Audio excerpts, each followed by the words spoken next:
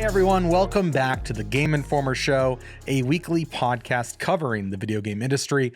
Join us every Friday for a discussion about the latest gaming news, reviews, and exclusive reveals alongside Game Informer staff and special guests from around the industry. I'm one of your hosts today, Alex Van Aken. Today, I'm joined by Marcus Stewart. How you doing, Marcus? Hey, I'm back from the Game Awards, and they didn't give me an award. Yeah, you were supposed to, that's what you were going out there for, I thought. That's what Keeley told me when I hung out with him in Japan. He promised me a Game Award. And when I approached him, he just kind of like backed away and acted like he didn't know me. It was weird. Huh. They were also supposed to do an orchestral arrangement of the Game Informer Show intro music, and I noticed that wasn't in the show proper. I wasn't sure if that was in the pre-show and I missed it, or a special, audience only thing. Nothing. No, I blame Miss Piggy, honestly. I think. Okay, yeah, there was a lot of drama. I saw some stuff backstage. I don't know if I'm at liberty to say between the two of them, is that the stuff that was on TMZ or something different? Well, then maybe you already know if you're referencing TMZ.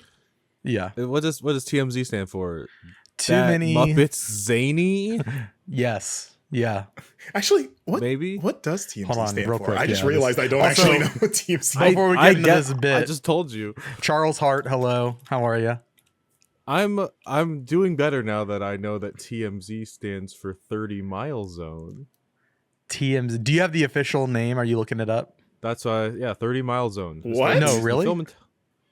Historically used in the film and television industry to refer to the so-called studio zone, an area with a 30-mile radius centered on the intersection of Beverly Boulevard and La Cienega Boulevard in Los Angeles. Is that called the studio zone because the number of film and television studios within it? So I guess because it's like celebrity news, specifically Hollywood news, the 30-mile zone would be like the area that they would do their report. That sounds confusing if you work in the industry. Like if you're trying, like if you live in LA or something, you're like, I'll meet you by the TMZ.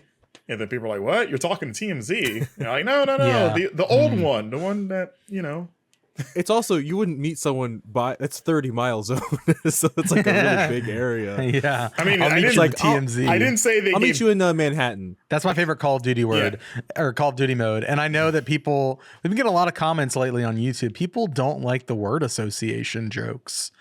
And I say to those people, too damn bad, Too damn bad. It's all we have, guys. I'm sorry. That's it. That's what we have. That's all we're we capable. got sweet treats. And we got word association jokes. our okay, our comedic ceiling. Yeah, we have sweet treats. I mean, I've got a Coke Zero vanilla off camera. Okay. Yeah, but that's not for them. That's just like us. I'm just saying as a concept. We need. Yeah, we hope you brought enough Coke for the class. Yeah, right. Did you ever have a teacher that actually did that? Oh, like did you bring food? Call you out? I mean, yeah, I never brought food to the class because I was a very good kid. But I've seen it happen to less good kids that brought food in, where they're like, "I'm trying to." It happened to me. Oh, did you actually have to? Like, did they take it away and make you share, or did they just call you No, but out? I was like publicly shamed, and I didn't like that. What'd you bring? It was just chips. Oh, I mean, chips are classic. Sun that's chips. whatever. It's always chips. Oh, sun chips are good. It's always chips, sun chips. Yeah, chips are. Salsa. Which is weird because that's like the loudest thing you could eat. Like, it's not really good for sneaking, which is the idea of bringing food in class. And you're like, I'm gonna open this bag, which makes a lot of noise, and then every time I bite into this, it's gonna sound like stepping on glass. So I've never understood why so many people try to sneak chips in. It's like there's so much more quiet. I just think it's a dumb rule. If people want a snack while they learn, they should be able to have a snack. I wonder if that's still a thing in school. Like, is food still banned? Probably depends on the. Yeah, if we have any young listeners, high school, it wasn't a thing. But I think feel free to email us. Yeah, but I think it's also at GameInformer.com. Yeah, I think it's also a cleanliness concern because like some kids are gross and they don't want people leaving food and getting roaches and rats in classrooms and stuff. Okay, well they're kids. They're just gonna be roaches anyways. The kids are the roaches. Yeah, they all look like Pigpen from Peanuts. Yes. All right, well, let's get into the show proper. We're going to be talking about Marcus's trip to the Game Awards. We're going to be getting into our Steam replays, which is like, similar concept to like Spotify Wrapped. If you have a Steam account, you can get your Steam replay from the year. We're going to be talking a bit about Death Howl and Dogpile. It's Charles. And then we're going to be later on getting into our World of Warcraft midnight cover story. Charles and I visited Blizzard Entertainment in Irvine, California during November. And we can finally talk about what we learned. And that cover story is live. If you want to go read it yourself, go to GameInformer.com/wow midnight. And that's the coverage hub for everything that's in the issue. So if you have a digital subscription or if you have a print subscription, you automatically have one. You can go and check out all the stories, or you can wait for it to get to your mailbox or on newsstands in January. So yeah, Game Informer magazine issue. That's 374, World of Warcraft, coming January 2026. I think that's the official publication date. But of course, if you have a digital subscription, you get early access to it. Cool. Well, let's get into the show proper. Marcus, how was LA? Speaking of, you were in the TMZ zone. The TMZ. You were in the TMZ. I guess I am TMZ Frontline now. reporting. So this was my first ever trip to the Game Awards live. I've gone to some of the other Keighley events, like I've done SGF, I've done opening night live at Gamescom. This was like the last one, so I punched that last hole, and I think I'm due like some sort of like discount now. I turn in my card, right? And I get like 50% off a ticket, I believe. That sounds like Keighley. Yeah, but it was cool. It was getting in was a bit of a pain. Like the event itself was fun and long, very long. They're always long, and it felt longer being there in person for reasons I'll get into. But I will say, neither of you have been to the Game Awards live, right? I have. I've been a few times. Oh yeah, I was like, that's right. You have, Alex. I have not. It was some rough things to learn. So for one, the line to get in was like really unorganized, where there was just multiple lines that are, I guess, all the same line. But then I asked, I didn't know if my ticket was different just because I received it as press versus buying it. And so I asked, I remember I went up there and I got there early, and I asked a person that was like the line police, and I was like, hey, is there one line or are there different lines? Does it matter like ticket wise? Like just trying to get the 401. Because like, I don't want to commit to this line if I'm not supposed to be in this line. And she's like, no, it's all the same line. And I'm like, okay. So I sit in the line for a very long time. It's not really moving. They're slowly starting to file people into the building. And then I would say after about like 30 minutes of line occupation, I got to like the front of a line, and they start checking the tickets as you're in line, giving you wristbands so that you're just good to go when you get in. And then the moment she scans my ticket, she's like, you're not supposed to be in this line. And I was like, classic. I asked you that. And she's like, no, you got, because you didn't, this was like, I forgot what the criteria was, like something about purchase versus not purchase. But like, you need to go to the, like directly into the entrance. I was like, all right, here we go. Also, I think this person was of questionable moral character, because before this, as I was moving up the line, there was a gentleman who was running past. I looked like he was trying to get somewhere into the Game Awards. And as he was running, like I was following her because she was escorting us, like our section of the line forward, and I was in the front. And as this guy runs past us, his hotel room key falls out of his pocket. And she's like a good 2 feet in front of me, and I notice she sees it, so I'm kind of expecting her to kind of bend down and pick it up and be like, oh, sir, but she doesn't. So then I have to go get it, and then she looks at me and says, oh, I think that's that guy. And I'm like, well, in my head, I'm like, well, clearly, I know, and then I have to. We all saw what happened. Yeah. And then I had to chase this guy down and be like, hey, excuse me, sir, and give it back to him. And I was just kind of like, I don't know why you didn't do that. You had your chance, and I had to step up. So yes, I had to step up. I had to do my good deed for the day, and my payment was getting to stand in another line, because I was told this line was okay. But anyways, and then also, and this is important for this story, I was very thirsty because I kind of had to change hotels right before this. And there's no concessions in that line.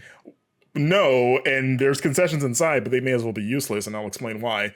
Because so I'm like thirsty, and I was like, oh, I'm waiting to get inside to get a drink. But then since I got shifted to another line, and the second line was right next to the Starbucks that's in LA Live. I'm sure you know of it, Alex. Yeah. So I'm like, oh, I'll just run in there real quick because the line's literally at the door anyway. So I wait in a very long Starbucks line, get a bottle of water. By the time I come back, the line has like dissipated, so I can kind of just walk inside, and it's great. I unscrew this cap once, take a sip, And as I'm going through the security, the lady's like, "You didn't just open that bottle of water, did you?"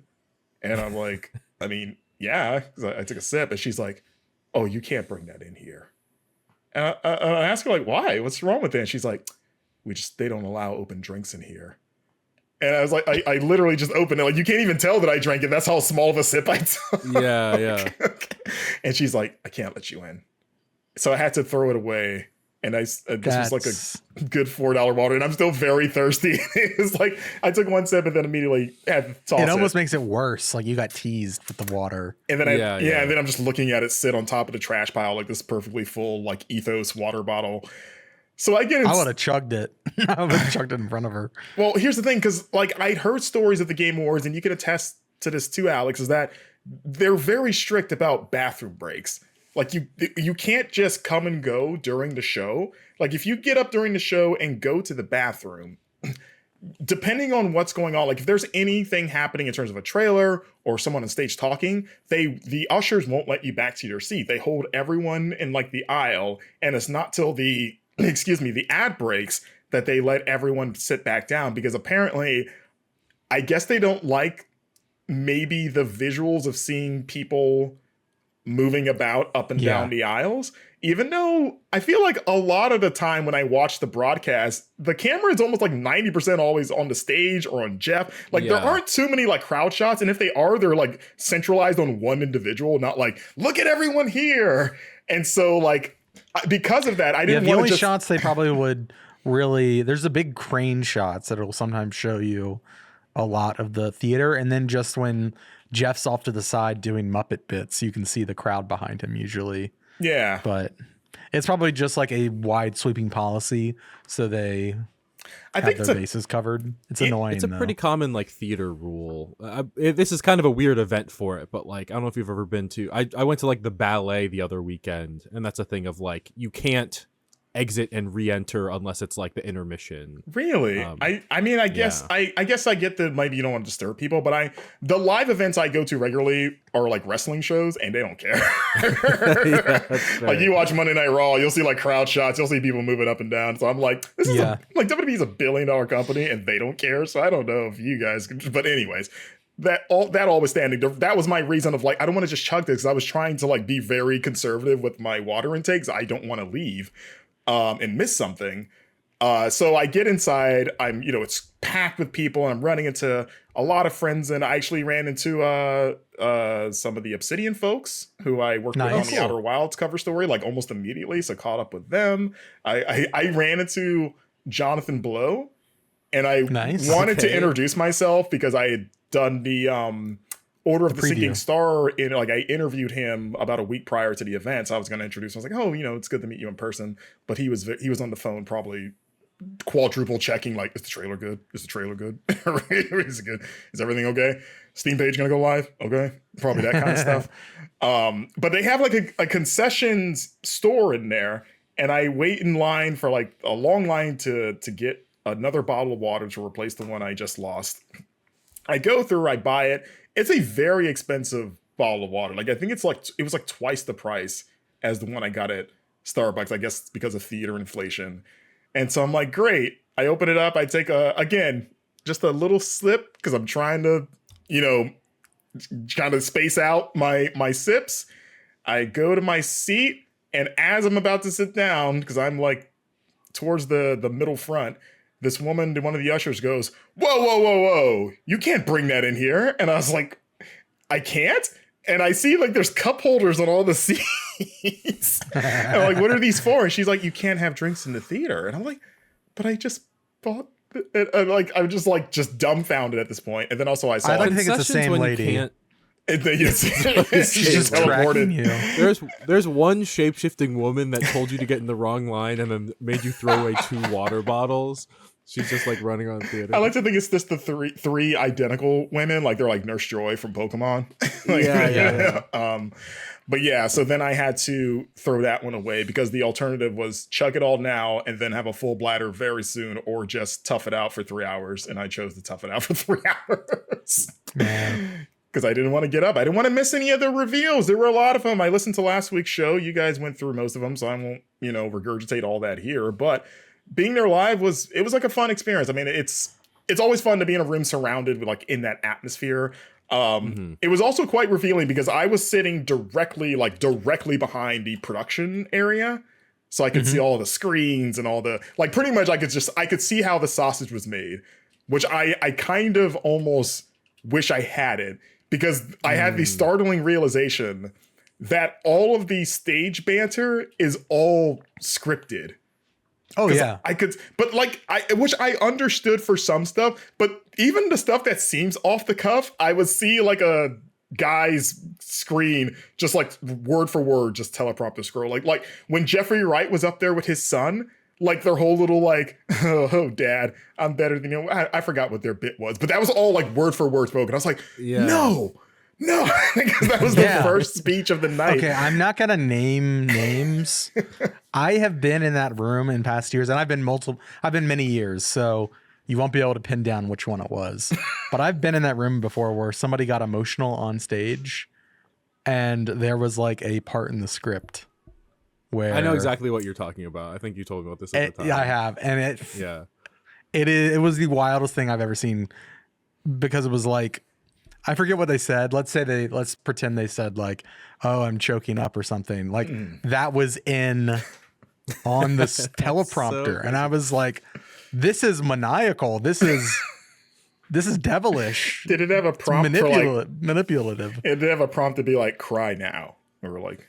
No, it didn't go that far, but it was like, I was surprised at how much was on there, because I was thinking I was watching a purely genuine moment, and there were emotions that obviously were real, but also part of it that I thought was genuine was definitely on the script. And I should quickly clarify that this only applies to like the presenters. The acceptance speeches were all off the cuff. Yeah. I was checking, and there was no teleprompter for the acceptance speeches. It was just the presenters or just whoever wasn't there to get an award, if you're up there to sell something or do something. Yeah. Yeah. Except for maybe the Street Fighter bit, because that was just chaos. If that was scripted, I would have been shocked, like the degree to which. Yeah, I don't know if it was. If they decided there's too many of us, what are you going to do? We're going to say in brackets, make a dig at Mortal Kombat cast. Yeah, right. About that. I do think that's why there's some of the presenters, when they're actors, it just feels more natural, because they are literally reading off a script. Like there's not room for the, I don't know. I just remember sometimes a developer will come up and they'll try to do their back and forth. You can tell it's kind of stiff. They're like in business presentation mode. And then I remember like the Warframe people, I don't think they're actors, but I remember when they were like introducing the update to the game being like, oh, they seem like they've done this before, in a way that like they're reading off a script, but they're comfortable and like loose. Which is interesting. Yeah, and it was it was cool. I mean, it was weird seeing that stuff. And also, maybe the most horrifying thing, I saw something that I've tried to go my entire life without seeing. And unfortunately, the Game Awards was the first place to expose this to me. But from my vantage point, during all the Muppet bits, I could see the actual puppeteers clearly. Yep. And I hated it so much. As a lifetime Muppets fan, I've gone out of my way. Like I don't even. You thought that they were real? I really did, Alex. I really did. I thought just that Jim Henson was just some sort of sorcerer. But like I even have a hard time with like the behind the scenes documentaries. I was like, I don't want to see them like as puppets. I don't want to see anything below their like chest. Like nothing below the waist. Yeah. Or the times when they do show the whole body, it's just like their legs and you don't see the arm or anything. But yeah, like I was like directly behind more or less where Jeff was standing, and I could see the person playing Miss Piggy, and I had to look away. I had to avert my virgin eyes to the screen that had the televised broadcast. And I'm just gonna watch that for all the Muppet bits, because it's not Marcus lost his innocence at the Game Awards. Glad to know that for someone else somehow the Jeff Keighley Miss Piggy interactions were more disturbing than they were for the average viewer. The song was fun. People were clapping in the arena. And Song was great. Song is what I expect from the Muppets. Yeah. That's like a good, Yeah. good thing to pitch them in for. But it was cool, like the wild stuff with like the I thought the use of stage kind of like props or performances like wires this year. Like Jeff discovered wires of like, what if you just hang people from ceilings during some of ask these you about that, trailers? Like when the Divinity stuff happened. That was funny because like, so I was near the aisle and I saw all the performers dressed up in the like villager outfits like on standby for a while before they went out there. So I was like, oh, something's about to happen. Wonder what this is about. And you know, they did a little march to the ring. And I also saw the wires hanging there, but I didn't realize they were like for people. And then, they, hook them up and then they start raising them. And for me, it was interesting because I had just seen, like, for my birthday a month prior, I'd gone to my first Cirque du Soleil show. That's right. And there's a lot of, like, people flying around on wires. So there was a bit of, like, oh, this is this again. Not nearly as, like, impressive, but still, like, oh, man, there's just people dangling in front of me. And, man, I hope nothing goes wrong. But it was cool. The coolest one, though, was the Control trailer. Like, I don't know how much of it I still haven't really watched the broadcast version of the show, but like the opening where they just have the big physical like cell for Jesse's brother, and then they have the performer on wire just like lowering into the cell as the trailer starts, and they're like, oh, this is a cool way to start this trailer. Like, I don't know how much of this people are Homer seeing or if they're just cutting to the footage or not, but like I saw the whole thing. I was like, oh, this is a cool start to this. And then he's just in there for like most of the trailer, just sitting there like, facing like back to us. And I don't know, I thought it was like a looking really at the cool screen. He's watching the TV. Yeah, it just had like a really like a theatrical touch to this like game trailer that I appreciated. But I mean, so in terms of stuff that got the big reactions, and I don't know how much of this came through the broadcast, but like the Divinity trailer, oh my god. Like in that, I was sitting next to Ryan McCaffrey from IGN, and we turned to each other and we're just like, Jesus Christ. Like, what is this? like what is happening here? And again, and as people are dangling in front of us too. Are people like making noise when that's happening? Like, or like what is the... Yeah, people do to like, I mean, this happens every sort of like game show, but there's always the like, woo! Like, there's always a lot of those from somewhere in the crowd, or when you're watching the skin boiling and the flesh being ripped apart. Oh, it's a lot of like, was there audible discomfort? Yes, I was like, I mean, there was like the Woo guy really loved the on-screen orgy.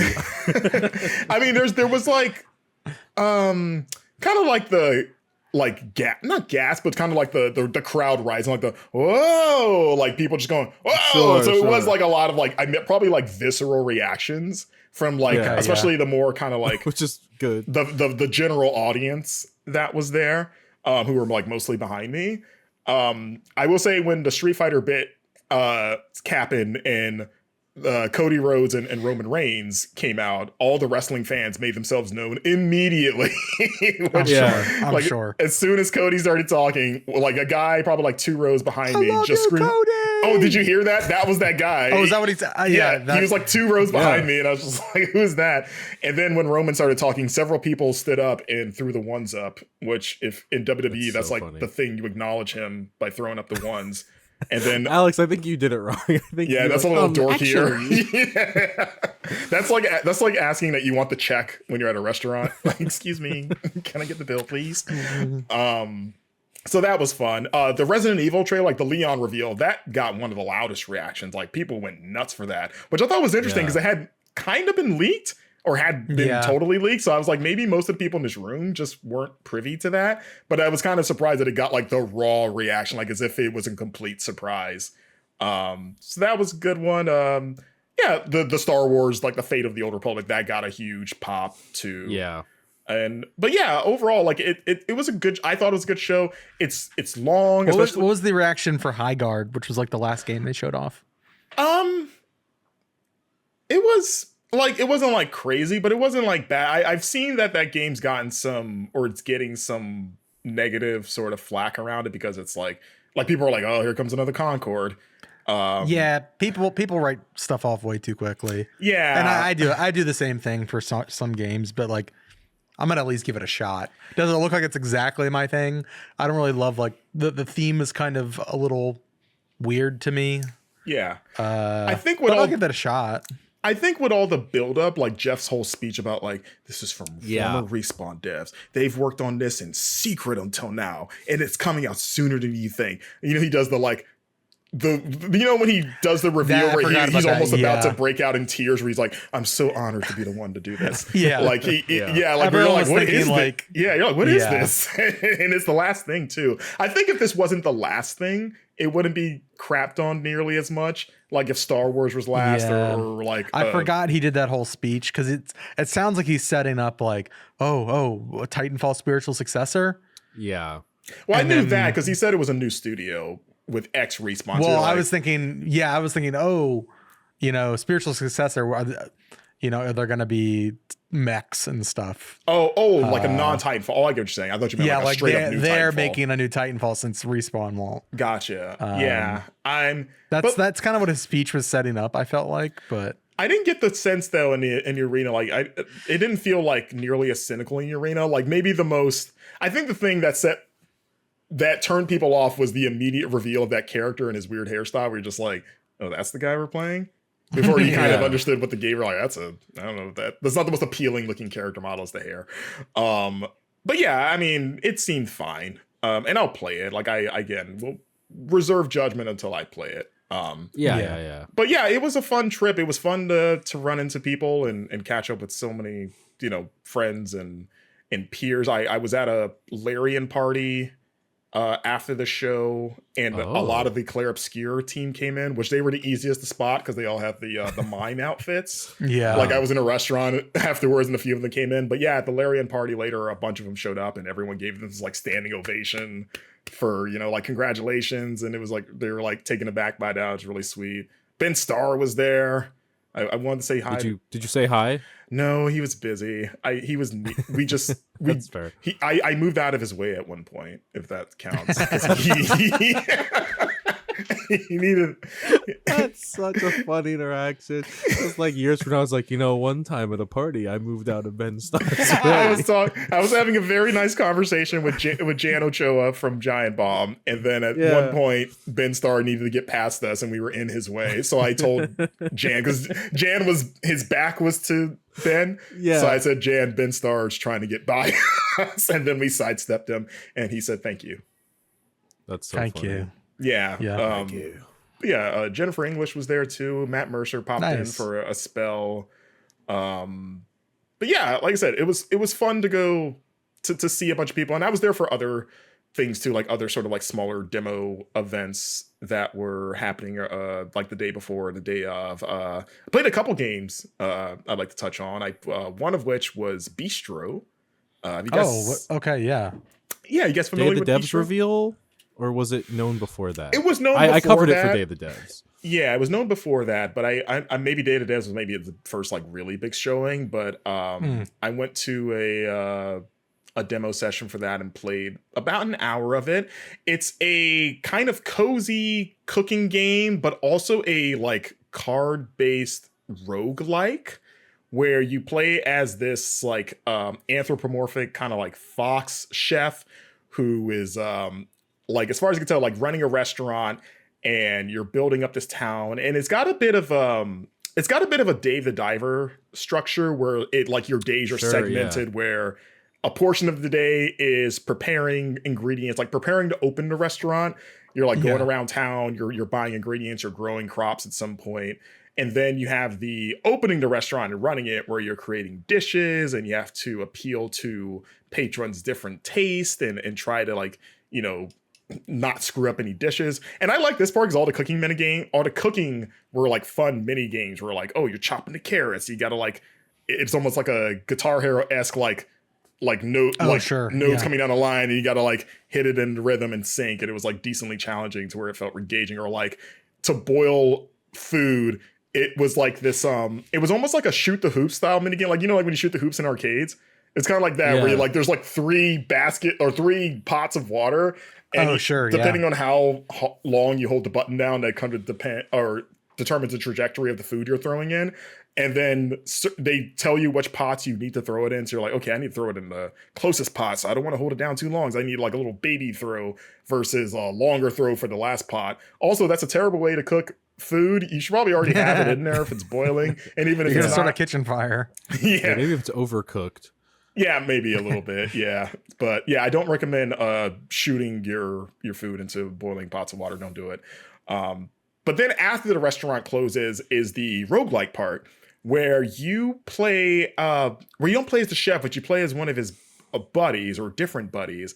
And they sort of like almost in media res, they kind of like recount their trip to get like ingredients for you, where they're like, oh yeah, I went out to a cave today and this is what happened. And it unfolds as this like cool puppet show where you're just playing like little wooden standees as the character, and then you're just walking down the line, or puppeting down the line, whatever you want to call it, and you're just running into enemies, and then you're battling them in these like turn-based card battles where you're matching card synergies, and they're all like, I believe, like types of food or ingredients, but it's all about like trying to find flavor synergies based on the enemies that you're fighting, where like if this person has a certain card and they're all like color coded, then it's like, okay, do I have a card that has like, that either enhances my cards based on like a flavor profile, or does it like, I guess like directly beat one of their cards? And the cards have like a numerical value of like, well, my number's higher, so I should be able to get over this, but this guy has a card that I don't have, like a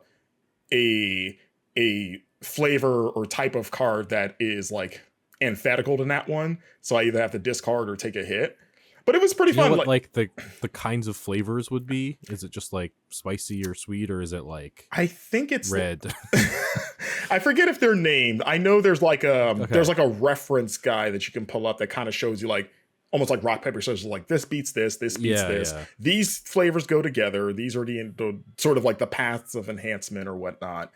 But yeah, it's like pretty good. Like it's decent. There's like some decent strategy involved. I don't know how much it involves. I was playing like the second like day 2 pretty much.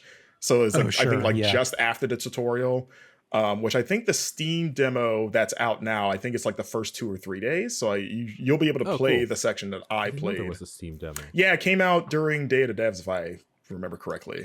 Gotcha. Yeah. But it seems fun. Like it's got like a nice little kind of like almost like DreamWorksy art direction. It's got like a cozy vibe to it. I would mess around with it some more. But yeah, that's supposed to come out sometime next year. And then the other game I played that was maybe a bit of a surprise in terms of how much I liked it was Damon and Baby. Have you guys heard of this? This is the I've heard of it, yes. Yeah. I'm looking it up. So this is the Arc System Works game. Arc System, probably best known for fighting games like Dragon Ball Fighters and Guilty Gear and Marvel Tokon next year. But this is a like isometric or like bullet hell game where you play as a demon who somehow becomes like demonically attached to a human child. And despite it being called Damon and Baby, the baby in question is a little bit more of a toddler. She looks like she's maybe like 2 years old, just in terms of just her size, and she's got a full head of hair and stuff. But regardless, she's a young person, cannot speak very well. And Damon and young person. Damon and toddler, maybe we should call it. But basically, for whatever reason, this demon has is demonically like almost like a contract, like you are bound to this human no matter what, and he's not happy about it. And like the baby's like on your back, and you're just exploring at least the section I played. Like I played a tutorial where you're fighting in like hell or the underworld, and then eventually going back to the surface. And what I like about the game is that like it's a isometric bullet hell game, kind of like twin stick shooter, where you get a bunch of different guns. You got like machine guns, handguns, shotguns, and you're just fighting these enemies that all fire back at you with like kind of like bullet hell style patterns, like a lot of spread shots and like line shots that you're dodging. But it feels really good. Like one thing, I like how destructible it is. Like the second level I played, that was, I don't know how deep in the game it was, but I was going through like a mansion, like on like in the real world. And I was trying to, the mission I had to find some like the lord of the manor who was locked up somewhere, but he was behind a bunch of locked doors. And it became this kind of like surprising exercise of like, almost like well, maybe not a survival horror game, but just the exercise of like, oh, I need to find keys to get through these various doors. Okay, where do I find these keys? I need to explore all these rooms. And like a lot of the rooms, the enemies were like possessed objects. So I would like walk into a room, and then like the cabinet would start attacking me, or there was like these dolls behind glass cases where if you accidentally shot them and broke them, the dolls would come to life and sprout these like long like spider arms and then just start like rushing you.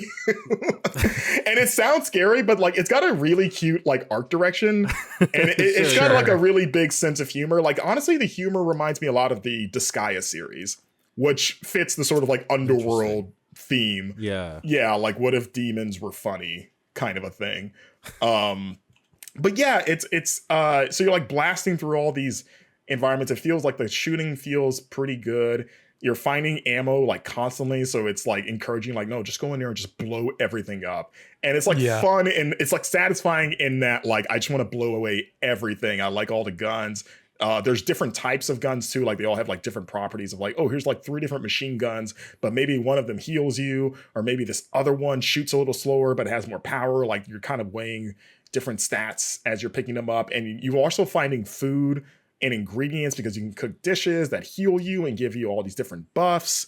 And you're also like, there's like fun secrets you can find, and even puzzles. Like I found, like along the way, I'm like finding memos, and then I need to use those memos for a like combination lock to access an important area. And again, it was like surprisingly, it was survival horror-y in that kind of like, at least in the style of puzzle reminded me of that, like a Resident Evil or something like that. Which again, I didn't expect in a game that I just thought would be like, oh, you just go in a room and just blast everybody. But yeah, it's cool. Like it's still very early. Like the PR was letting me know, like, yeah, this build is like, this isn't even like a demo build. This is just like an internal build that we put together. So it's going to be a minute. So it was a little rough in spots, but even then I had so much fun with it. And honestly, the whole time I was thinking, and maybe because I was playing on PC, but I was playing on Steam Deck. Like they didn't have any regular controllers, so they just had a Steam Deck set up. So you could either look at the monitor or you can just look down at the Steam Deck screen. But yeah, it was like, oh, this feels like a good handheld game. Like honestly, like just a fun little twin stick shooter. You're going around. It's got like a goofy, fun art style, just blasting everything. Like I could picture myself just laying in bed, just running through this. And some of the like dialogue and conversations I was encountering were like, oh, there's like a charm to this. So yeah, this game was like kind of on my radar just because it was like a weird thing coming from Arxis. But now it's like, oh, I'm actively like looking forward to this now. And that's also supposed to come out next year. So yeah, that's Damon and Baby. Yeah, that one looks cool. I really like the art style. There's like a nice bloom to everything a little bit, at least on the surface areas. And like there's like a dusty town that they're running through. And I don't know, I like the setting. It looks cool. I want to check it out. Also, I haven't played a twin stick shooter in a while, so. Me neither, actually. I was trying to think, like, I felt like they were like in vogue during like the early Xbox Live Arcade days, maybe like with Geometry Wars and like Super Stardust HD, and it felt like people were like, or like what was the zombie one that they did like 2 of them for like PS3, Dead something. Does anyone ring a bell? Doesn't narrow it down at all. You could play co-op. I know the word dead. I know what you're talking about. Game. Dead Side. No, that's not right. That's a survival game. This is gonna bother me. I used to play a lot of it with my friends on PS3. I know exactly what you're talking about. I can see the cover. Yeah, let us know in the comments if you remember, unless I scream it out later in the show. But yeah, it was like I said, it felt like a fun throwback. Like, yeah, I feel like I don't play a lot of these anymore. This seems like this could be a good one. Yeah, that's cool. Dead Ops. That sounds right. No, that's not it. Okay, just checking. You're wrong. That sounds right. No, unless you're thinking wrong. I'm thinking of something different. I'll know it when I hear it. Yeah, that's fair. Well, cool. Well, that's a bit about the Game Awards. Cool that you got to go in person and, shake some hands, play some games, move out of some people's way. Yeah, get out of the way of important people. Yeah. I thought we would shift gears for a second and get into our Steam replays. And I predominantly play on Steam. So I'm curious to see like how ours compares to each other. Cause I know probably Marcus, you're the next in line in terms of like Steam usage, I would think. Yeah. And then Charles, you kind of dabble in Steam here and there. I'm more, I'll play something on Steam Deck is usually my thing. So I'm not, so it's not like my primary platform if it's like a big new game, but if it's like an indie thing, I'll pick it on Steam. Yeah. Well, I guess I'll start. These are cool. I also got a Discord one. Discord randomly gave me a replay as well. Was there anything interesting in there? Because actually, okay. because I play a lot of games that aren't on Steam, a lot of other PC. Like I play a lot in Battle.net, and I play a fair amount in the Epic Game Store. And Discord kind of has all of them. And it says your favorite games. You played 71 games this year. These were your favorites. Number 1 with 84 sessions logged, League of Legends. Wow. Congrats to League. You did it. Yeah. And this was, I posted this when December 5th. So I'm probably close to 100 now because I've played a lot of League this month. Wow. So 100 sessions, we'll say, or so of League this year. It says I put in 31 Fortnite sessions, which is more than I thought I did this year, honestly. Maybe I played at the beginning of the year. I usually get back in around the holidays, and then I'm out again. 23 sessions of World of Warcraft, but then another 14 sessions of World of Warcraft Classic. So what is that? 37 sessions of WoW. And then Deadlock with 15 sessions. Okay. That's the Valve game, right? Yeah, it's the Valve MOBA. Eric and I have talked about it a few times this year on the show. Yeah. That's my Discord one. But let's get into the Steam replays. Well, real quick for Discord, do you guys want to know who my 2 most called people are? Like, did you do it? Okay, yeah, I want to. Yeah. It's you guys. It's you two specifically. Really? Specifically? That's so funny. Yeah, like Charles, you're my most. It said Charles Hard is the person I've spent the most time on Discord calls with, which makes sense because of replay. Yeah, and then you were number 2, Alex, and I forgot who number 3 was, but it was probably another coworker, which makes sense. We use Discord a lot for the podcast and streams. Yeah, Kyle, so, probably. It probably was Kyle. If not Kyle, we'll give it to him. Yeah. But yeah, it was like, and I was like, I guess that makes sense. Because like, I use Discord with my friends, but we're like, one, we don't do video. We're just like on a call. And we're not, just the sheer amount of hours doesn't come close to what we do for just, our work stuff, our work projects. Yeah. So I was like, so congrats to you, Charles and Alex. You did it. Thank you. First and second. I look forward. We'll see if that changes this year. Maybe Alex, you can overtake Charles. I'm going to try. I'm really going to try. From replay. Yeah, you have to kick him out of replay. I'll start a new series with Marcus. Let's do it. Wow. Because we all have so much room on our plates. Yeah, I've been looking for another project. This year you played a lot of new games, unlocked quite a few achievements, it says. I played 59 games, which is 1 fewer than last year. Wow. 49 of those were new games. 5 of those were play tests. I unlocked 254 achievements, which I feel like isn't a ton, but I did get 27 rare achievements. Interesting. I played 75% with keyboard and mouse. And then how you stack your year against the rest of the Steam community. Wow, I'm blowing them away. I'm blowing the average away. I'm past all these medians also, and I guess I use Steam a decent amount, but I thought it was funny that, like, is it just a bunch of inactive accounts? Am I more of a gamer than I thought I was? I don't know. I wonder if it's just like, especially for our jobs, the sheer amount of like, we get a lot of PC codes, to play for like, it's like, I'm going to check this game out. Yeah. Yeah. Or just, you said downloading Steam demos to check stuff out. So that's probably what it is, if I had to guess. Yeah. I figure I'll just go through mine and then we can just go through each other's. Let's see. Yeah. 84% new releases. Can I ask what your longest gaming streak was right above? Yes, I'm going to get to that. I have to find it. It is on here though. You are what you play. This spider graph shows the kind of games you spent the most time in 2025. My pie chart is almost full in every direction. Not quite. It's like when you send everybody out on a mission in dispatch. It just covers the whole thing. Yeah. So Can I guess what it is? Yeah, well, there are multiple like genres. Tags. These are like the Steam tags. I would guess actually. Yeah, no, I'm just gonna guess first person shooter is one of yours. No, extraction shooters on there. They're more specific. Oh, it actually breaks it down. How about I tell you my graph what's on there, and you can tell me which direction you think it is. Well, you just said it was kind of all. Oh, do it for Marcus. Okay. Extraction shooter, MOBA, destruction, Souls-like, party game, hunting. Hunting. I don't know what that's She from. fire up like a Cabela's this year or something? No, definitely not. So wait, what are we? Alex is just doing like deer hunting simulators whenever he's not on Hey, the man, Yeah, right. clock.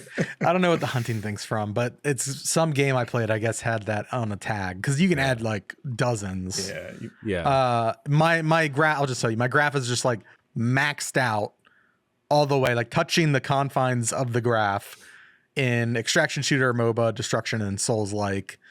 Then it kind of comes back to like the middle area for party game, and then hunting game is just kind of like. I think hunting I don't. They're like, there's I not don't know even what like that is. there's not a point either going towards hunting. It's like party game is cutting across hunting to get the extraction Interesting. shooter. It's very weird. I had 14 new friends added. Popular. Screenshot shared 8. Okay, this is dumb. Let's take a closer look at your top played games. Blueprints. How many of your runs were ruined by the archives? 12% of total playtime. 17 sessions. 8-day streak.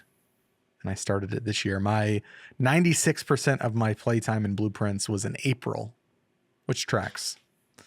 Deadlock, the Baroness is always looking for new guests. Deadlock is 10% of my total playtime, 26 sessions played. I had a 6-day streak.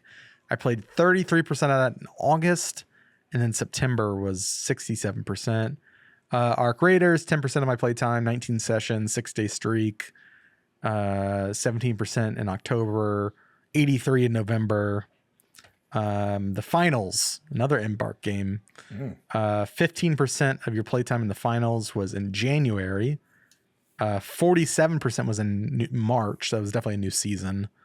A little bit in July. Interesting that Blueprints was your number one, but it doesn't seem to be reflected on your like chart at all. Yeah, I don't get that. Yeah, it's not on my puzzle like no puzzle games. Yeah. So I don't know. Well, and Blueprints is an extraction shooter. That's why. Oh, true. Because you have to Basically, extract knowledge each day. I had 22 sessions of the finals. Almost all of those would be with Leo Vader. Elden Ring Night Shout out Ring, Leo.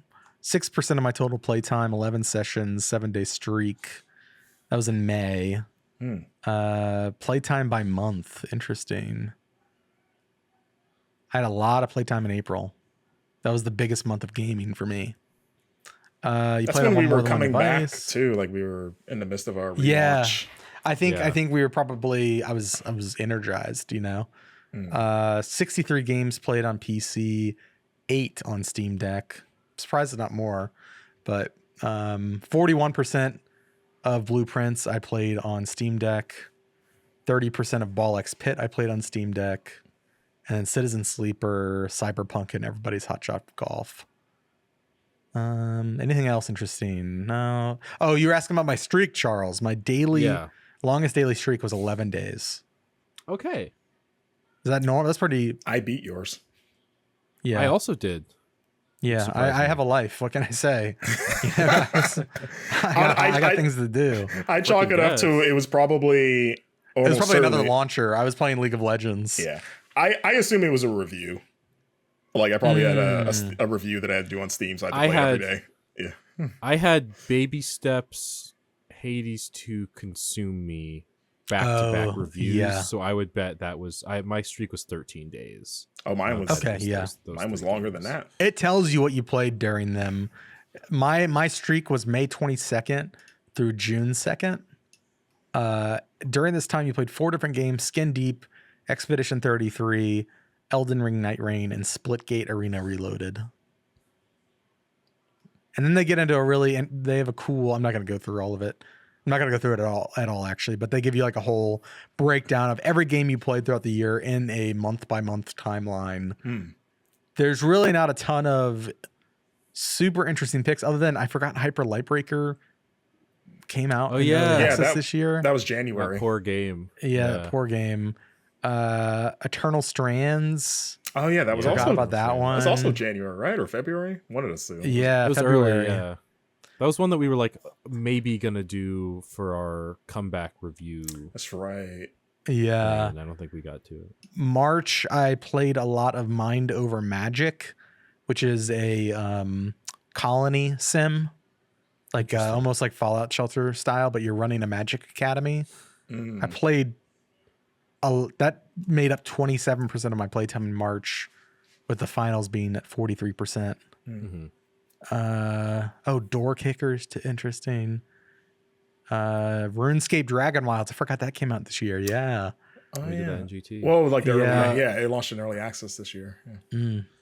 I do want to move to ours real quick. Yeah, please. Also, Alex, I know you had a hard out. I don't know how close we are to that. We're okay. We can keep going. Okay, cool. Okay. I'll run through some of mine real quick. I don't need to hit all the things, but I had 27 games played this year, which is 9 more than last year. Yeah, you did. That's good. Roman Reigns. Yeah.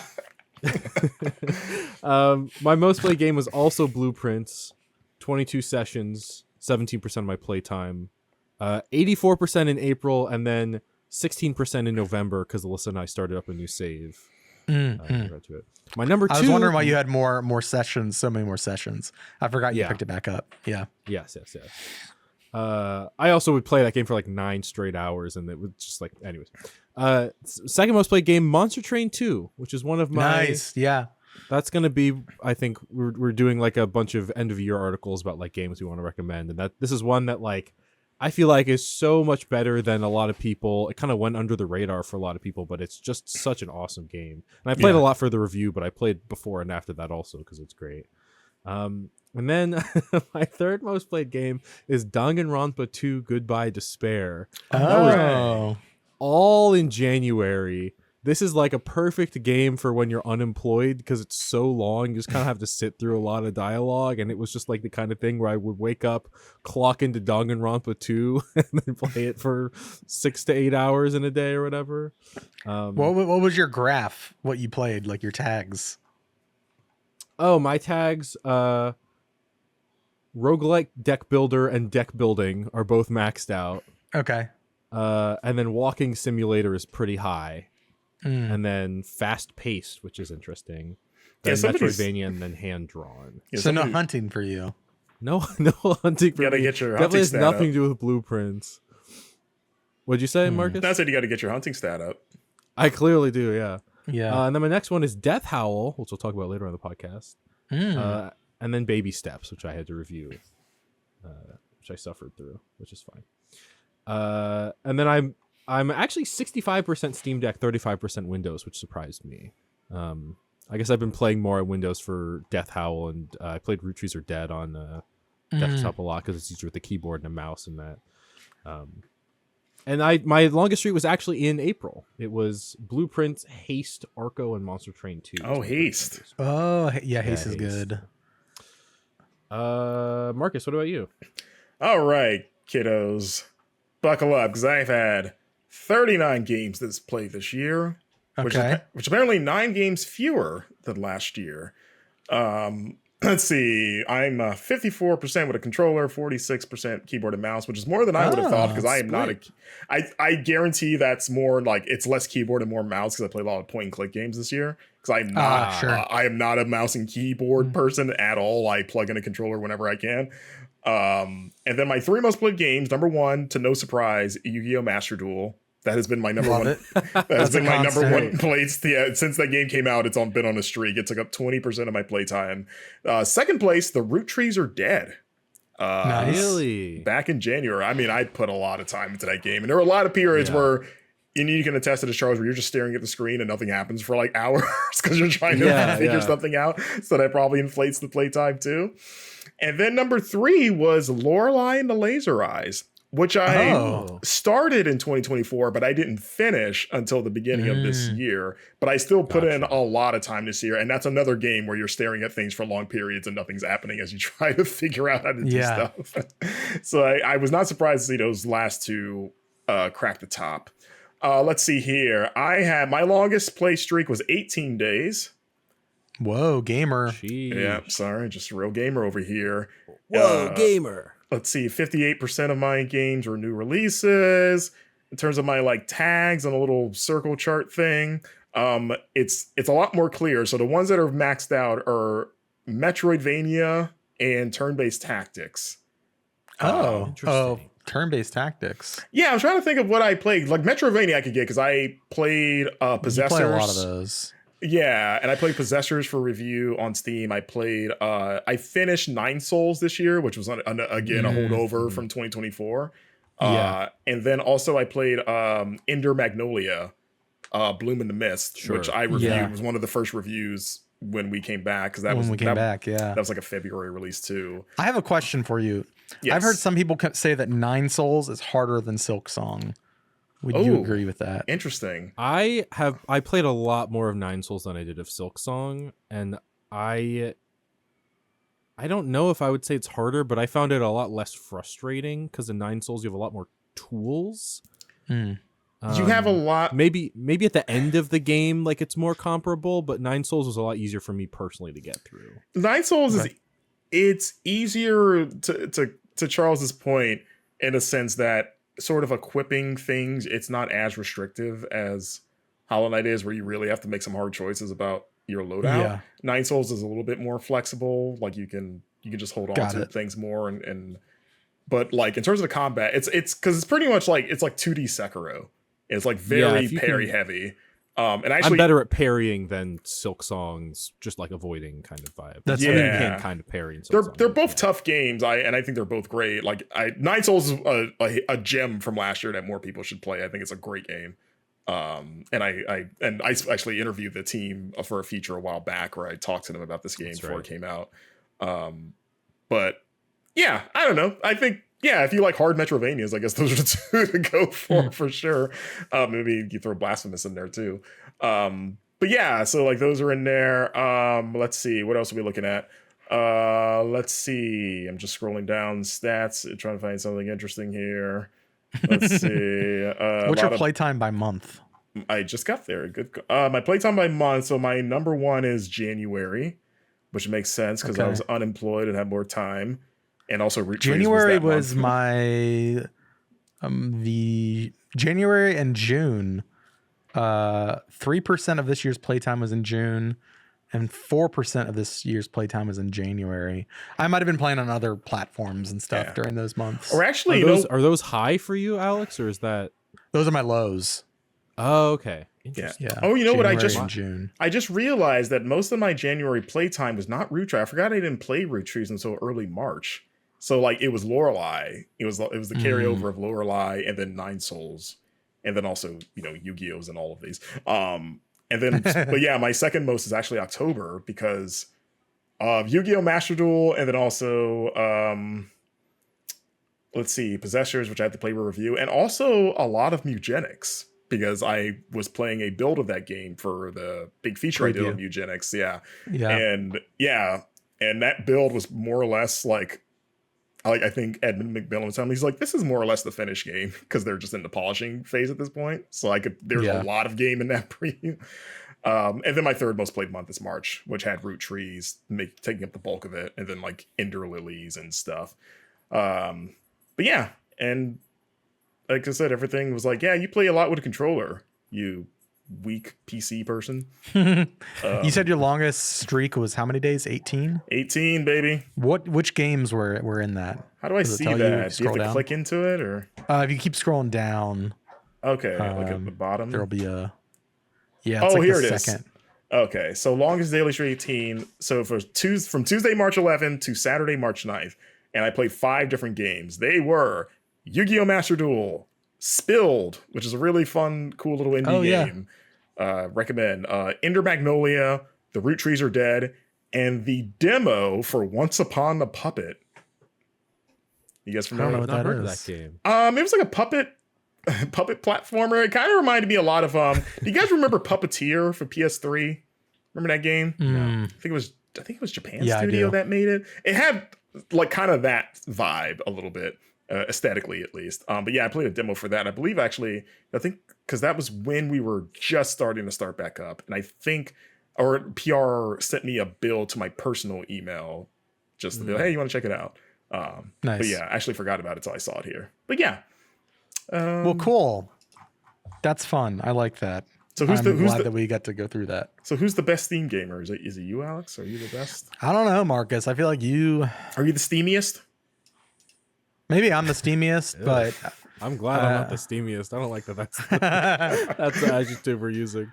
yeah. I'll take the steamiest award. That's fine by me. I can hold that badge. I can wear it.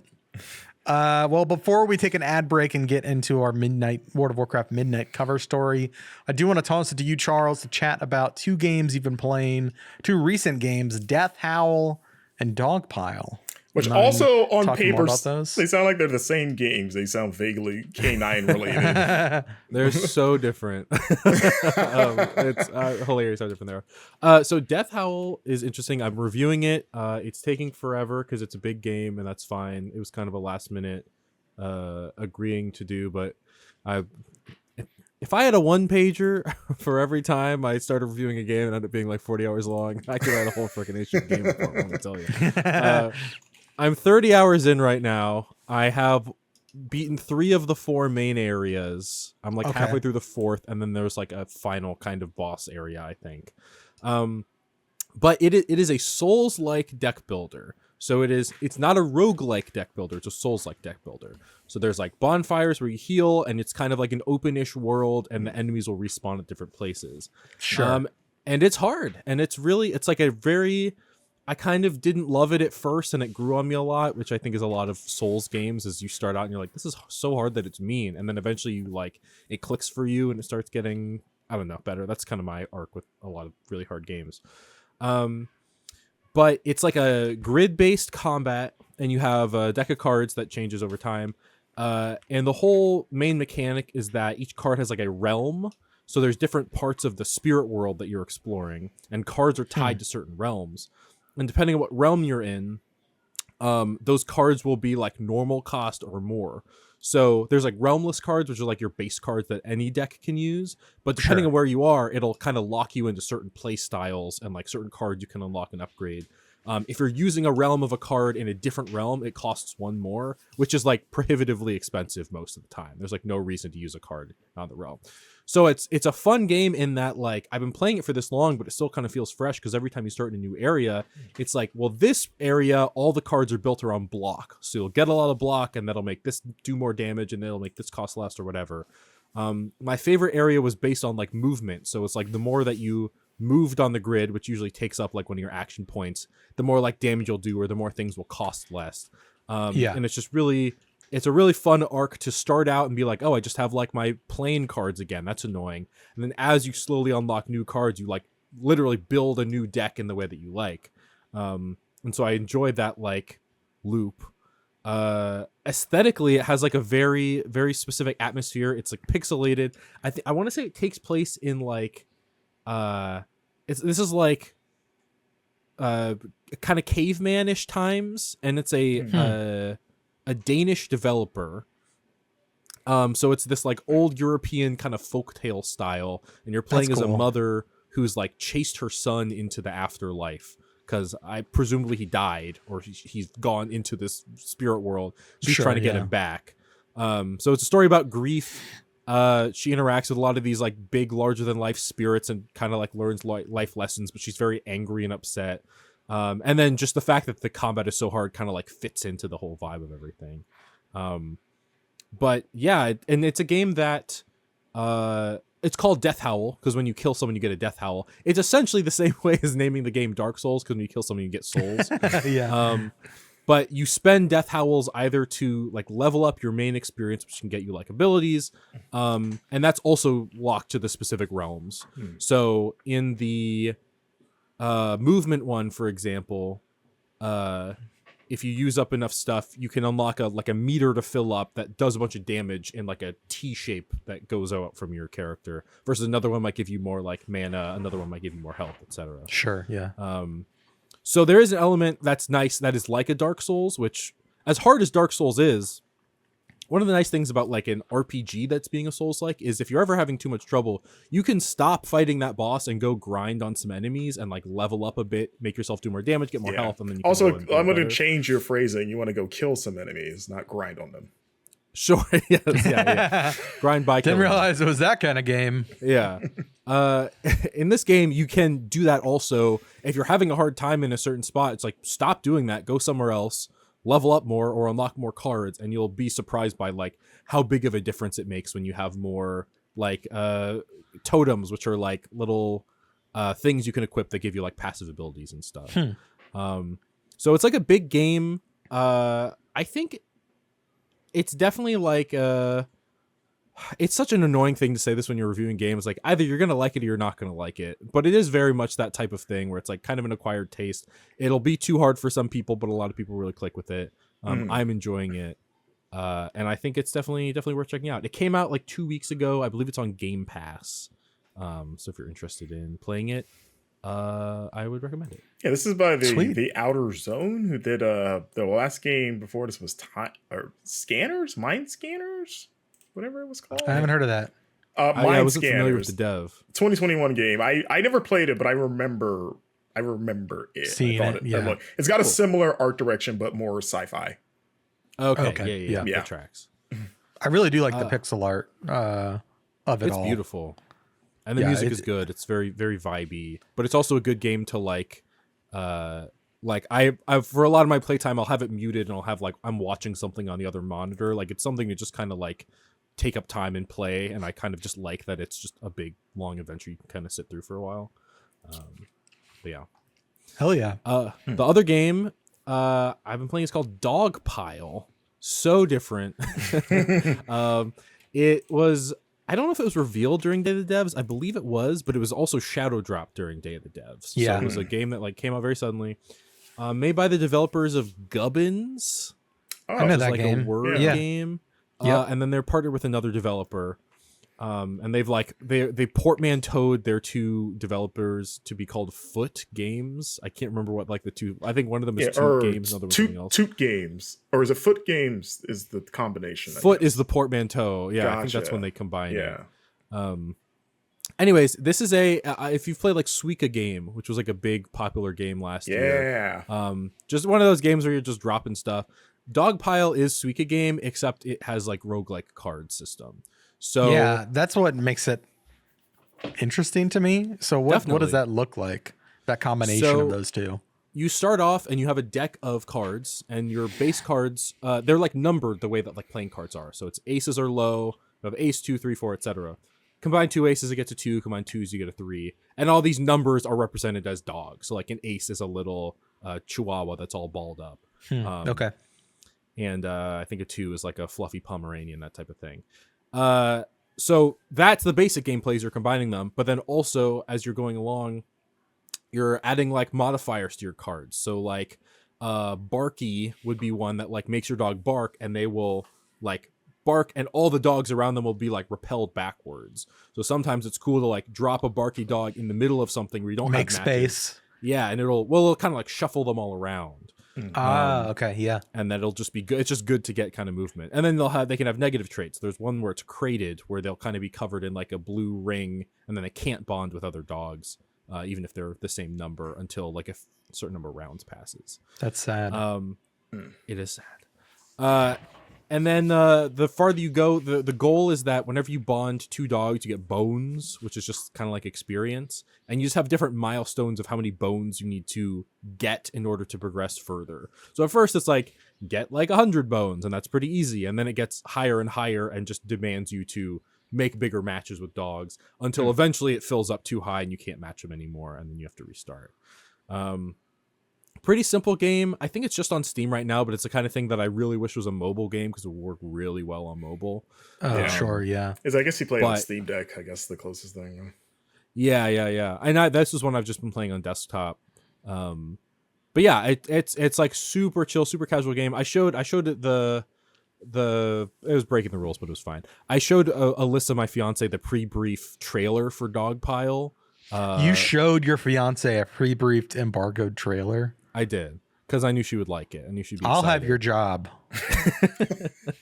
But she was like, oh, and it's out today. And I was like, well, it's not out today. It'll be out when the thing comes out. And she was like, oh. Yeah. And she was like devastated because she really wanted to play it.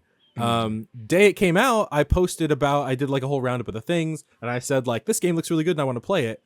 Dogpile PR reached out to me and they were like, hey, we're glad that you were interested in the game. Here's a code for it. And I was like, oh, awesome. And I was like, and while I have you, just as a funny story, because, you know, developers like it when people like their games, I showed the trailer to my partner and she was really excited about it, but she was mad that she couldn't play it. And then they sent her a code. And I was like, oh. I thought you were going to say they canceled your Steam code. They're like, so that's funny. not allowed. That's not allowed. No, they were like, oh, so that's so glad that she wants it too. Here's a code for her also. So we have matching nice. Dogpile codes. Yeah. So shout out to that PR company. But also the game is good and worth checking out. I think it's like $10 on Steam right now. Not even that. It's actually, or it's on sale currently for the, I assume for the winter sale. It's only $7, $6.99. Oh, heck yeah. 30% off. I like the art style. It's got a very like 2010s Cartoon Network vibe. Yes, like very it much seems so. like, yeah, like it's like in the vein of something like an Adventure Time or like an Uncle Grandpa. It would have come out in between those two. Yeah, it's got kind of an uncle, that'll pull a lot of people in. It's kind of an Uncle Grandpa aesthetic. Everyone's favorite Cartoon Network show. It has a lot of you can go into the settings and change like the color palette of the background if you want to. So I have mine on kind of like a pink bubblegum pop kind of vibe, but you can like change it to just match your aesthetic. It's just fun. That rules. Well, we're going to take a quick ad break, and then we're going to come back and chat through our cover story trip for World of Warcraft Midnight, and then we'll be out of here. So we'll be right back right after this. Welcome back to the Game Informer Show. It's time to dive in to our World of Warcraft cover story that I wrote. Charles and I visited Blizzard in early to mid-November, and we were there for a couple days. Charles wrote a really great retrospective that if you haven't played WoW before and you're interested because of this cover story, that's a great primer for like, here's what's been up with this game for the last 21 years. And so then that goes into my 12-page cover story, which is about the new expansion that's coming out March 2nd. But I think point being, like, now is a great time to get into WoW, even though this is the second game in a trilogy for WoW. WoW is currently in the World Soul Saga, which is a trilogy of 3 expansions: The War Within, Midnight, which is what our cover story is about, and then The Last Titan. And WoW will still continue after this trilogy concludes, but they're trying to tell stories over 3 expansions. It gives them more breathing room for like character development and kind of planting seeds and paying them off later. It's working well so far, I think. The War Within was a great expansion. I actually recently finished it myself, and has probably my favorite World of Warcraft zone in a very long time. And Hallowfall, that place is awesome. But Midnight is kind of the expansion's kind of like picking up mid-conflict. There's like this really bad. There's a villain named Xalatath who actually players have known about for secretly for like 10 years now. It was in the Legion expansion, which came out in 2016 or so. I don't quite remember. Let me look at Charles's retrospective. So Charles, do you remember from writing the retrospective when Legion came out? Trying to remember. So, Lich King was 2008, and then 2010 was Cataclysm. It was like 2 years. Or Miss Pandaria. So maybe it was 2014 Legion. That sounds right. Well, no, because there was Warlords of Draenor in 2014, so it would. Oh shoot, you're right. Yeah. Okay. Yeah. Yeah. I've retained it. You have. That was an elaborate test. It's an impromptu GI ought to know. Okay, I was right. It was 2016. Yeah. There's a lot of expansions. But this bad guy was actually was trapped inside of a weapon that priest players used during the events of that expansion. Yeah. Now, a decade later, what kind of that weapon? Bad guy's been released. It was a dagger called Xalatath. And it would actually speak to you. Like, you could tell there was something trapped inside of it. Mm-hmm. And now 10 years later, that villain is like in human form and is like, you know, trying to do a lot of bad things, and it's up to the heroes of Azeroth to beat them. But in many ways, this expansion is analyzing a lot of long-held systems in the game, simplifying a lot of things, reworking many systems, as well as introducing big features like player housing, which has been a long requested feature, and is really kind of a brand new reward vector for players. It is, and it's also reinvigorating old content. And so let's say you get a house, which is very simple in WoW now. And if it's like this feature is out already. So if you pre-ordered Midnight, you have early access to housing. And so I've done that. I've been working on my house. And in order to like craft equipment and stuff, you have to use professions, and they're like kind of reinvigorating a lot of old professions that have long been dormant because, you know, they're tied to old expansions that aren't really relevant power level wise anymore. You're not really going back and using those professions when the new expansion is where you get all the gear that you actually need for current stuff. And so this is a really clever way, I thought, for them to kind of, you know, give incentive to go and check out those old zones, those old professions. And you can like make furniture with them, and you can make furniture and sell it to other players. It's a really cool system. And housing decor is what like it's actually called. You get those rewards via quests and dungeons and raids and all sorts of stuff. That's what I mean when I say it's like a new reward vector, in the way that like, oh, gold is a reward vector. Like I get gold from doing this and that and this and that.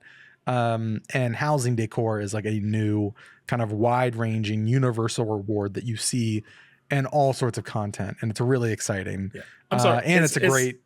Is housing, as someone that has never played WoW, excuse me if I'm going to ask a dumb question, but housing, that's like never been in a game until now?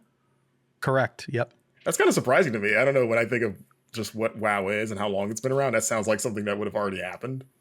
Yeah, they had what were they called in Warlords of Draenor? Oh, had like strong bases. Yeah, there was like a whole base building sort of.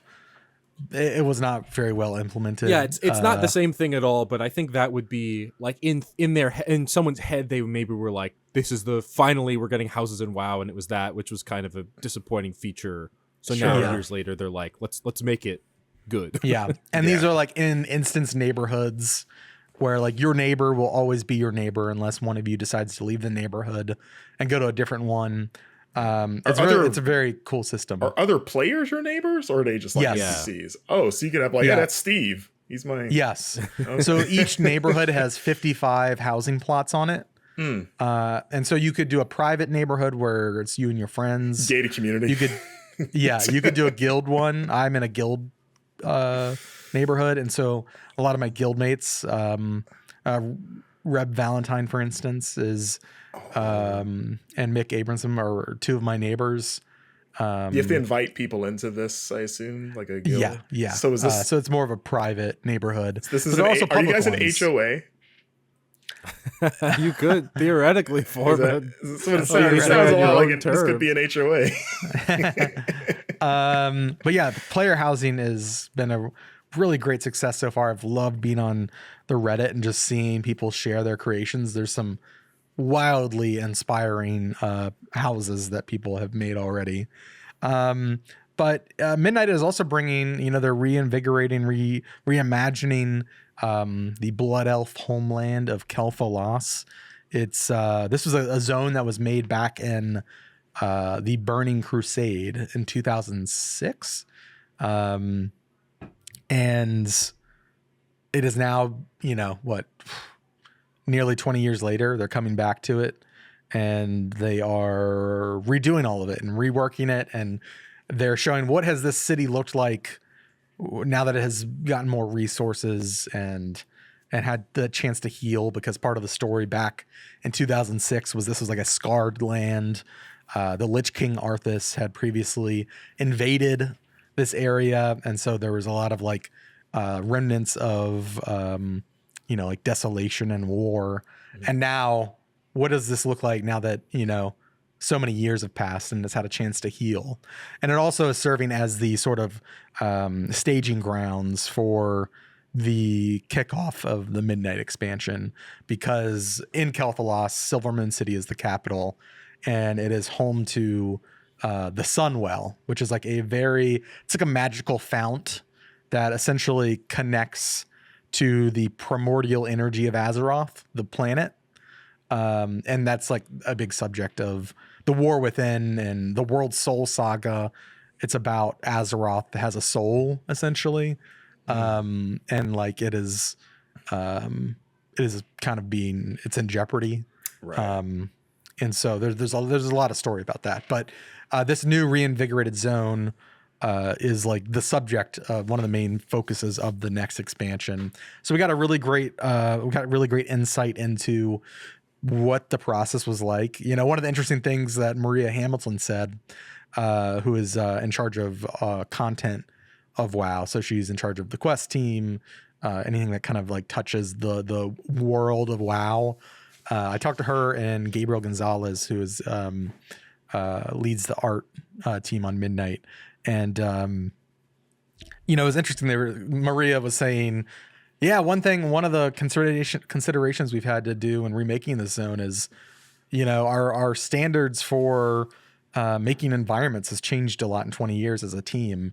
You know, where back in the old days, you would have flat land and then it would essentially just butt up to a mountain, and, you know, that was the standard. But now we have internal procedures where, like, no, if we're going from flat ground to a mountain, we need to have a series of foothills that naturally lead up to the mountain. Sure. And like all of these like considerations to make it a more natural feeling location. I thought it was really interesting. So we have a lot of insights into that and sort of what it was like revisiting this old, you know, but I would say beloved location for Horde players, and making it something where both Horde and Alliance players are going to go to in Midnight.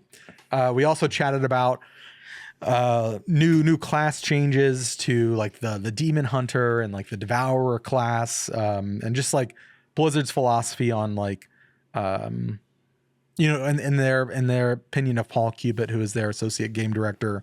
He's like, there's nothing more exciting that we can do for World of Warcraft than to introduce new class fantasies, whether that's through a rework or an additional specialization. People have played Diablo. You know, it's similar to how, like, you know, a Diablo class, you could be a druid, but you could specialize in, you know, 3 or 4 different sort of like build types. Like you could be a druid that doesn't transform into a bear at all in Diablo, and right? What's You the could point? just be, yeah, right. You could be somebody who's more of like, you know, they summon companions and they wield and morph the earth. And it's a similar concept in WoW, where, you know, everyone can be a mage if they want, but are you going to be a frost mage, a fire mage, an arcane mage? And within those, there are even other specializations and choices you have to make within those that kind of make the class and the character unique to you. And, you know, they are introducing another specialization to this Demon Hunter class. And it's all about like, you have this scythe that you're kind of like jumping in and out of melee combat with. So you're like jumping in, scything people, jumping out, using like void abilities.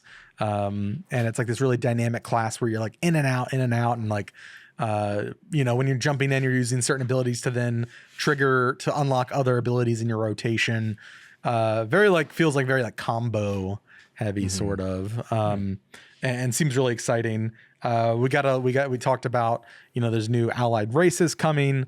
If you don't know what that is, I realize like a lot of our audience probably doesn't play WoW. A lot of the core Game Informer audience. I know there's definitely people out there who are excited and are WoW players, but forgive me if I'm over explaining. But I can also just real quick talk about for new players, someone like me who has not played WoW at all. One of the things they're talking about adding is a feature called lore walking, which is and I don't know if this is already in the War Within. This has been in the game since War Within, I think, the last expansion.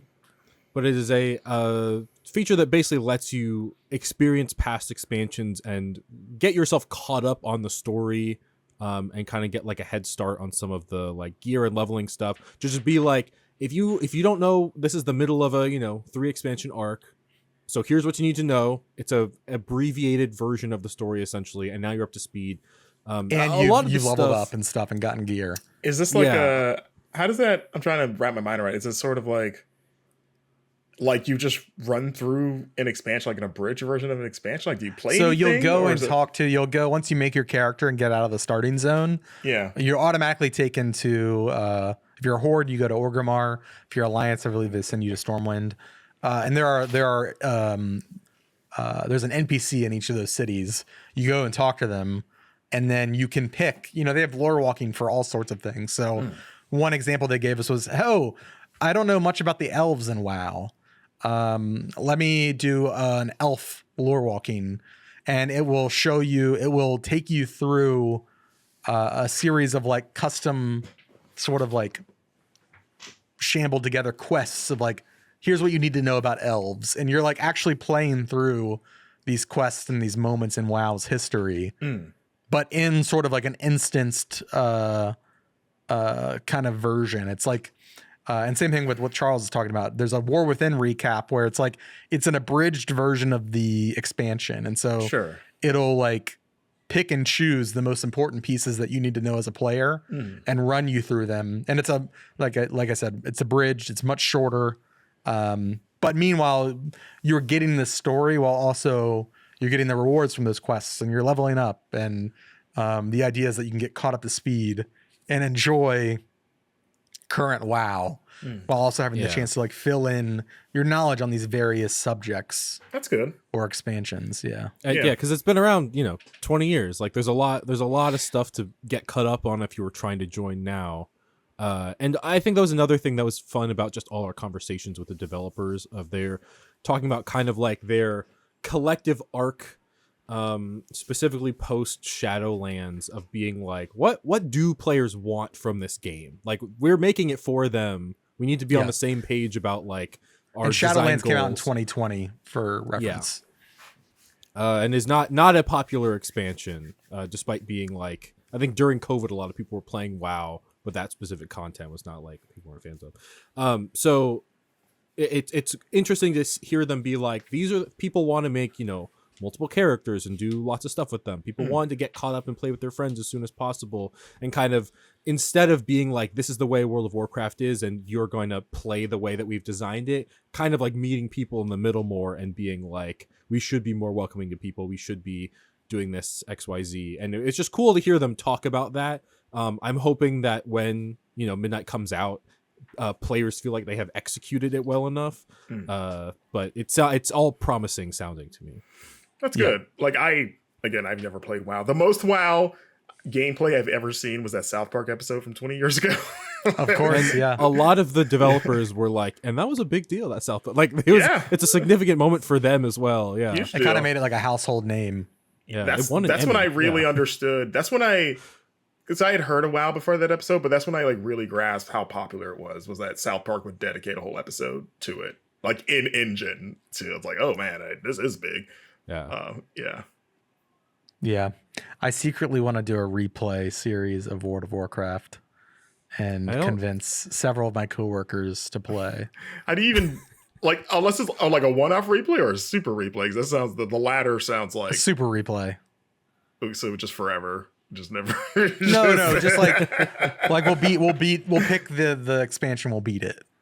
Like, you would have to be, I mean, I guess we would trust you. I would, if we did that, I would like to hop on, because WoW is probably, there's others, but I think it might be the biggest game I've never played, or like the most important game that I've just never touched whatsoever, just because I didn't grow up a PC gamer, so I have no affinity for Blizzard from like a personal level. Like, I got in with Blizzard. The only Blizzard games I played were Diablo 3, 4, and OG Overwatch, and that's it. And that's like much later in my life. That's fair. And I almost felt like when I did the Blizzard tour last year, like I visited them for the Diablo 4, was a Vessel of Hatred expansion, and they give you the big tour and stuff.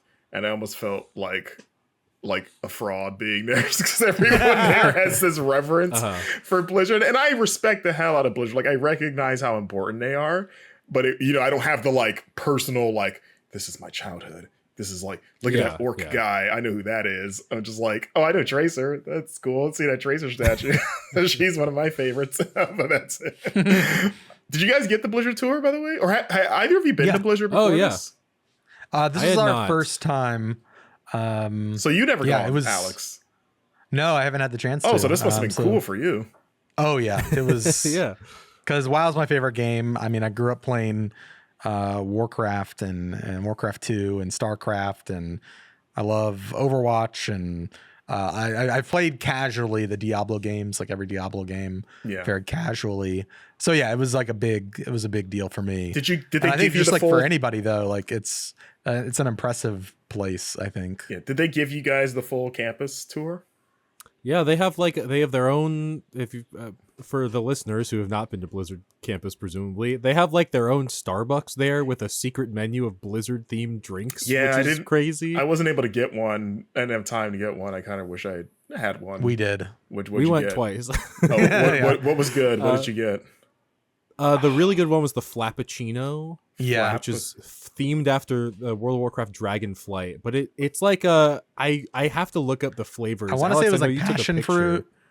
It was like passion fruit, some Interesting. Almond or something. But yeah, it was almost like brown sugar. Like it wasn't super fruity. It was just really good. So you're naming so many different ingredients. It didn't look good to me on the page, and then our PR guy was like, "This is my favorite one." I was like, "Okay, I'll try it." And then I was like, "Oh yeah, this is busted."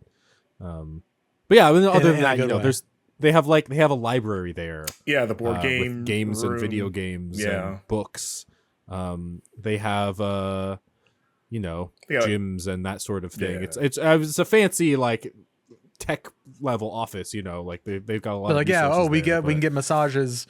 Once a week in this room and that kind of thing. Yeah. We get massages from Diablo in here, and it's just like a person dressed up as Diablo with his big demon hands. Dressed up as Deckard Cain. Exactly, yeah.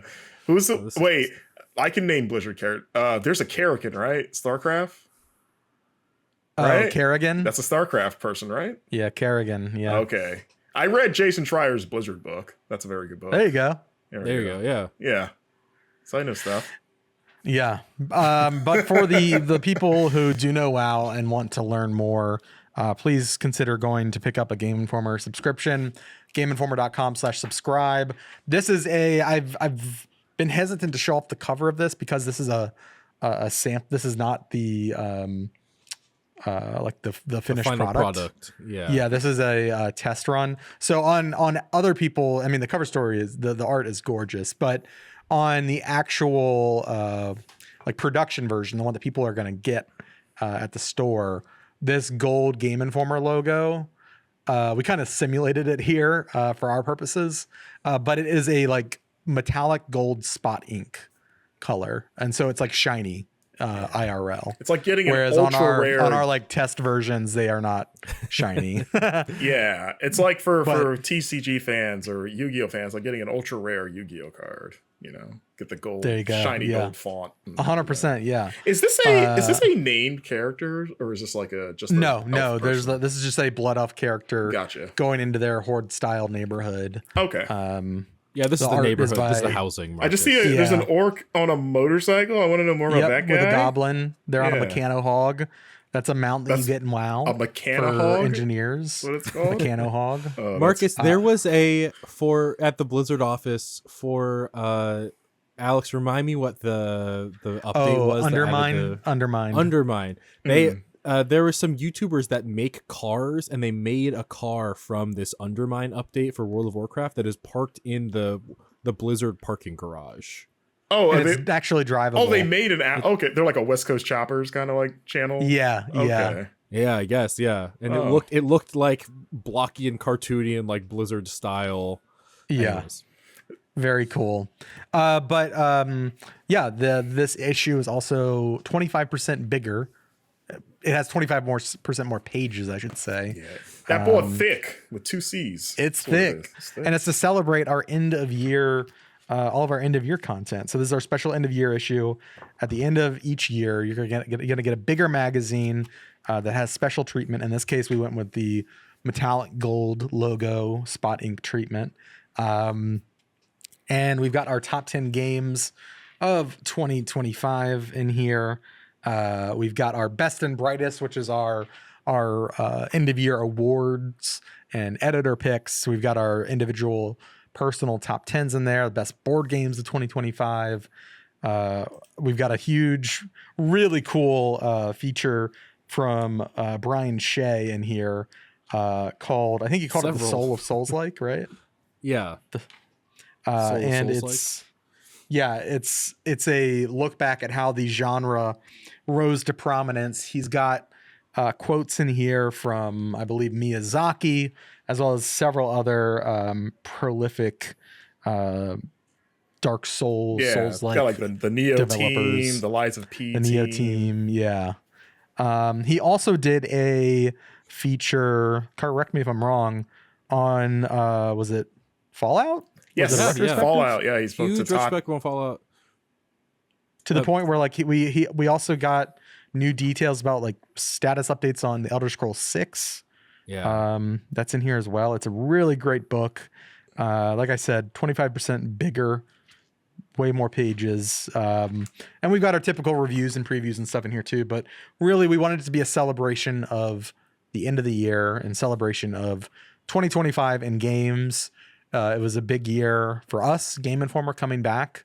So this issue, you can get early digital access, gameinformer.com/subscribe. If you do already have digital access, you can read the cover story early by going to gameinformer.com/wowmidnight. That'll get you digital access to all of the stories in this book. Of course, if you want to wait for the proper print magazine to come to your mailbox, that will be arriving in, I think, mid-January, as well as on newsstands around the world in that same time window. So yeah, really excited about this book. Really stoked. I'm gonna have a bunch of features on World of Warcraft Midnight, as well as other. I really took the chance and took the opportunity to ask the questions I've wanted to ask about WoW for a very long time. Mm-hmm. And so I think those will make some good breakout stories. I asked about like theorized classes that fans have wanted for years, and if those have been considered or not, that kind of stuff. Ninjas. No, but that would be cool. We're going to talk about got a couple of exclusives going up on like what Northrend is going to, the kind of the philosophy of going into Northrend and the Last Titan, which is the expansion after this one. No necessarily concrete details, but I thought a fascinating conversation about the considerations of returning to arguably World of Warcraft's most iconic location in Northrend, which was the subject of the Wrath of the Lich King expansion in 2008. Arguably WoW's, it was at its peak. At that numerical peak for sure. Numerical peak, yeah. And in the Last Titan, we're going to be returning to that place. So I took the opportunity to ask them about what they're considering when they go back to that kind of space. So we'll have online articles on GameInformer.com, as well as videos on youtube.com/GameInformer. But fellas, anything else before we get out of here? I don't know. Tune in to Super Replay. That's still a thing. It's happening. That's true. We're hoping to finish it. Yeah, by the time you're listening to this, before we get to the holidays, right? It might be done, or it might still be going. We are twitch.tv/GameInformer. Yeah, we are at the end. We've been at the end for a while, but we're like knee deep in the end. We're hoping to see if we can get it done before we go on our holiday break. So we're actually going to do like a longer stream, or we would have already done probably by the time you listen to this. So you can tune in, twitch.com or TV, whatever, /Game Informer. And also it's on our YouTube channel. It's there too. Yeah. Go watch it there. And I'll say, Mark, is a little tease. I have a surprise to reveal to you when we do that stream. Oh. Okay. So that'll be a little teaser. I was like, should I tell him now? I was like, no, I'll wait till God, I hope it's an announcement of an announcement. Yeah. Oh, yeah. You do work in the game industry, don't you? This is the full CGI teaser that just says Friday on it, and then we'll actually get gameplay. Yeah. Well, cool. Thanks everyone for listening, for watching this episode. Be sure to follow Marcus here at Marcus Stewart 7 on Blue Sky. You can follow Charles Hart at ChuckDuck365. And you can follow me at It's Van Aken on Blue Sky. And actually, I'm using Instagram more than any of those places. So if you're on there, feel free to follow. But that'll do it for the week. We'll see you next week. We're going to have a bit of a different episode for our holidays. I think we're going to be chatting through our top 10 lists for the year, which will be a lot of fun. So stay tuned for that. Be well, be safe, and happy holidays. Goodbye.